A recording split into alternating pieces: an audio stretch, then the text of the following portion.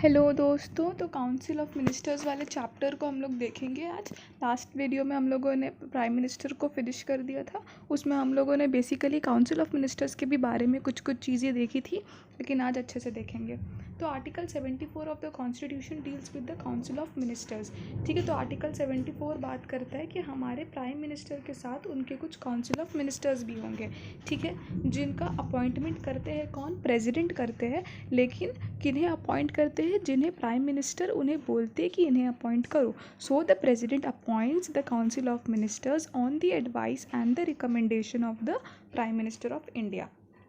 ठीक है, फिर the council of ministers are of three categories के काउंसिल ऑफ मिनिस्टर्स होते हैं। पहले कैबिनेट मिनिस्टर्स, फिर दूसरा मिनिस्टर्स ऑफ स्टेट और तीसरा डेप्यूटी मिनिस्टर्स। तो ये हायरार्की है। कैबिनेट मिनिस्टर सबसे इंपॉर्टेंट होते हैं, उसके बाद मिनिस्टर्स ऑफ स्टेट, उसके बाद डेप्यूटी मिनिस्टर्स। तो जो कैबिनेट मिनिस्टर्स होते हैं ना, वही इंपॉर्टेंट पोर्टफोलियोज और डिपार्टमेंट्स और मिनिस्ट्रीज़ को भी होल्ड करते हैं। ठीक है, देख लेते हैं cabinet ministers. These head the important ministries of the central government like home, defence, finance, external affairs, so fourth. तो जितना भी इम्पॉर्टेंट मिनिस्ट्रीज़ होता है, जितना भी इम्पॉर्टेंट डिपार्टमेंट्स होता है, उन सबको कौन रेगुलेट करता है, कौन होल्ड करता है? वो होते हैं कैबिनेट मिनिस्टर्स। तो cabinet ministers are the most important. ठीक है, ये सबसे इंपॉर्टेंट होते हैं। उसके बाद आते हैं हमारे मिनिस्टर्स ऑफ स्टेट।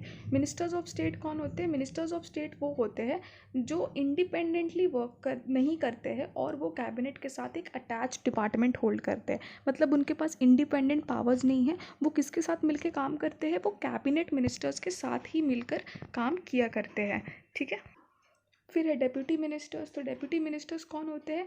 ये भी अटैच्ड ऑफिस है कैबिनेट और मिनिस्टर्स और मिनिस्टर्स ऑफ स्टेट के साथ, और ये उनका असिस्ट करते हैं, उनको हेल्प करते हैं इन administrative, polity and parliamentary functions को कंप्लीट करने में।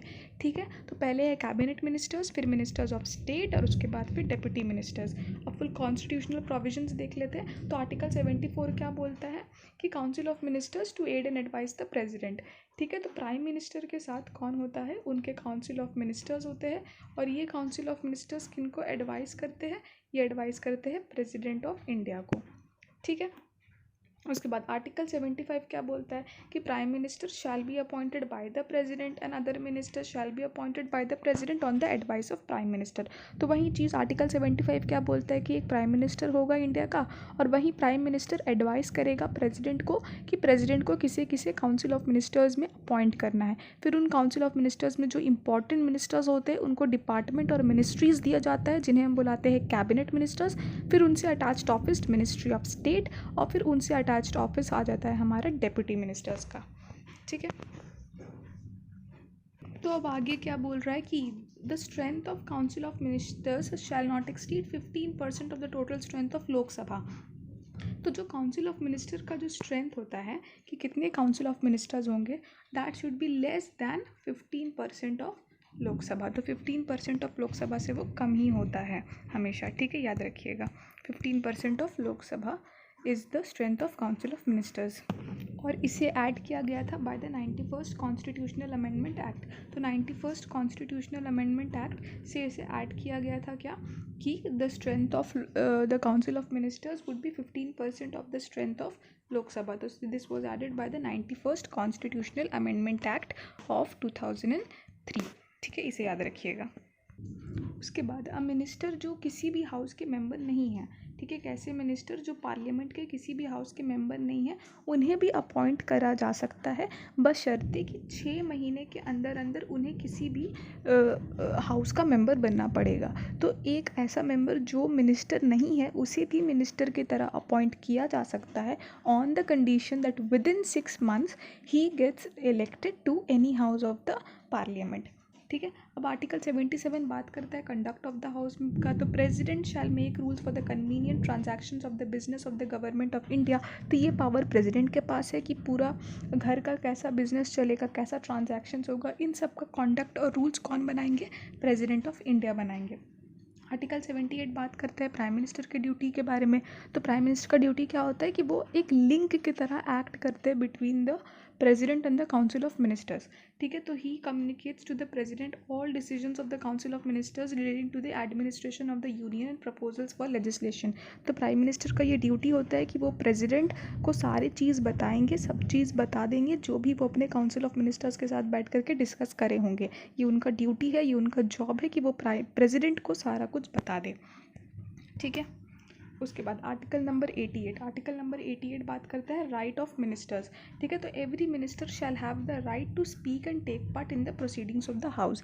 तो हर मिनिस्टर का ये हक है, ये राइट है कि वो हाउस के प्रोसीडिंग्स में, हाउस के लीगल एक्शंस में they will be a part of the proceedings, ठीक है। और इस बारे में किसी कोर्ट में कोई जजमेंट नहीं हो सकता है कि काउंसिल ऑफ मिनिस्टर्स बैठेंगे कि नहीं, ये हक है उनका, वो हाउस के प्रोसीडिंग्स में बैठेंगे। ये बात करता है article number 88 of the constitution, ठीक है।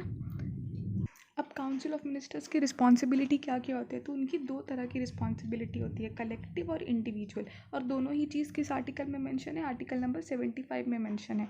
तो आर्टिकल नंबर 75 क्या बोलता है कि council of ministers are collectively responsible to the Lok Sabha. तो सारे council of ministers collectively responsible है लोकसभा को। मतलब अगर लोकसभा में अगर डिज़ोल्यूशन होता है लोकसभा का, तो पूरा काउंसिल ऑफ मिनिस्टर्स साथ में डिज़ोल्व होंगे, they swim and sink together, ठीक है। तो अगर काउंसिल ऑफ मिनिस्टर्स कोई डिसीजन लेते हैं तो ये माना जाता है कि पूरा काउंसिल मिल के लिया है, कोई पर्टिकुलर मिनिस्टर या कोई पर्टिकुलर इंसान ने लिया है, पूरा काउंसिल मिल के लिया है। तो इसे बोलते हैं हम कलेक्टिव रिस्पॉन्सिबिलिटी। और इंडिविजुअल रिस्पॉन्सिबिलिटी क्या होता है कि सारे मिनिस्टर्स किसके अंडर काम करते हैं, प्रेसिडेंट के प्लेजर के अंडर काम करते हैं।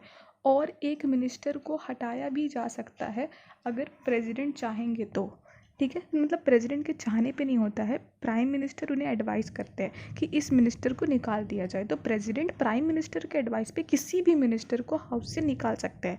तो मतलब वो लोग इंडिविजुअली किसको रिस्पॉन्सिबल है, प्रेसिडेंट को रिस्पॉन्सिबल है, और कलेक्टिवली किसको रिस्पॉन्सिबल है, लोकसभा को रिस्पॉन्सिबल है। ये चीज़ याद रखिएगा, collective responsibility to the Lok Sabha और individual responsibility to the president, क्योंकि वो लोग प्रेसिडेंट के अंडर ही काम करते हैं।